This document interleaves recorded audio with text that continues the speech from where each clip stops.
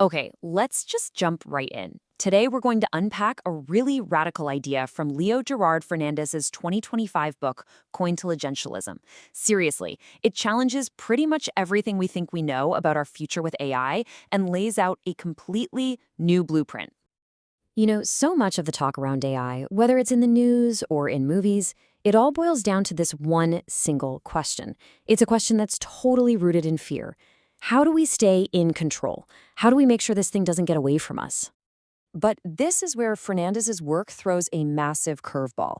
The book makes a bold argument. Our obsession with control, with trying to contain AI, is actually the problem. What if we've been asking the wrong question from the very beginning? So, to really get the alternative he's proposing, we first have to understand the trap we're in right now. The book calls it the alignment paradigm. And believe me, it is the dominant way we think about AI safety today. So what exactly is this alignment paradigm? Well, the basic idea is that AI is just a powerful tool, something separate from us that we have to keep on a leash. The whole approach is basically build the powerful thing first and then scramble to fix any harmful or weird behavior after it's already happened. It's all reactive, a constant game of catch-up.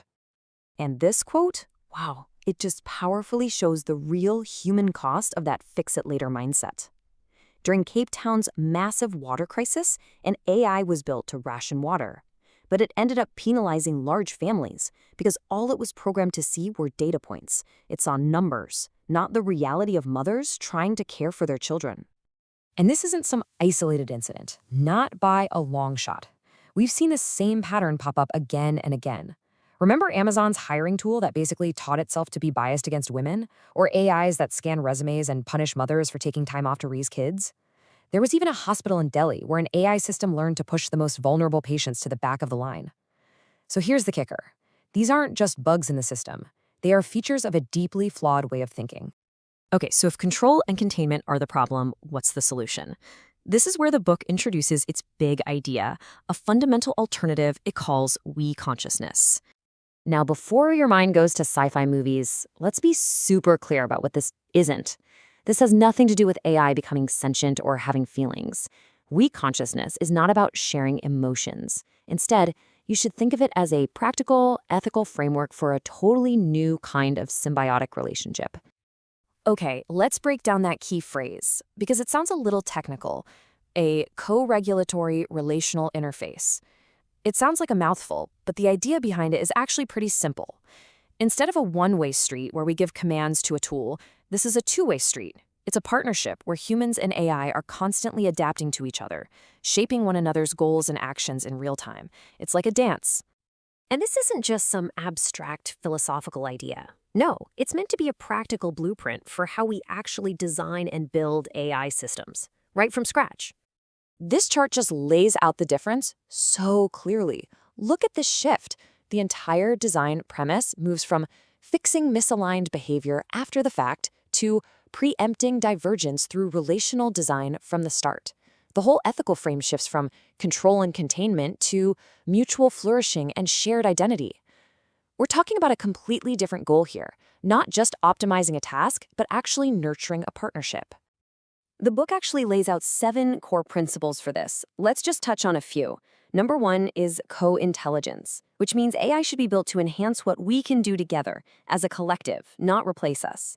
Then there's relationality, designing for a genuine two-way partnership. And stewardship, which totally reframes governance. It's not about top-down control anymore, it's about an act of collective care. Now here's the part that I found really fascinating. This super futuristic-sounding concept, well, it's not pulled out of thin air. It's actually deeply rooted in ancient global philosophies about what it even means to be human. This famous idea from Ubuntu philosophy is the perfect example. It's this beautiful rejection of the isolated individual. It says my very identity, my humanity, is completely and totally wrapped up in yours. You can't separate them. And that right there, that's the philosophical soul of we consciousness. And it's not just Ubuntu. The book draws on this incredibly rich tapestry of global wisdom. You've got Taoism's idea of wu wei, or effortless action, flowing with the river instead of trying to dam it. The Andean concept of buen vivir, which is all about living in harmony with the world. and even Buddhist philosophy, which sees consciousness itself as something that only emerges through relationships. So, when you put this all together, what does it add up to? Well, it points to a profound shift in how we see our own future, moving away from this kind of master-slave dynamic with our technology towards something completely new.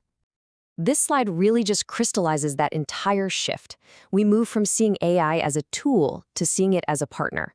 We move from a goal of control to a process of co-evolution. We stop thinking about AI safety as a technical problem we have to solve, and we start thinking of it as a relationship we have to nurture. And this is how you build it. It's not a patch you can just add on at the end. According to the book, you have to embed these principles from the very start.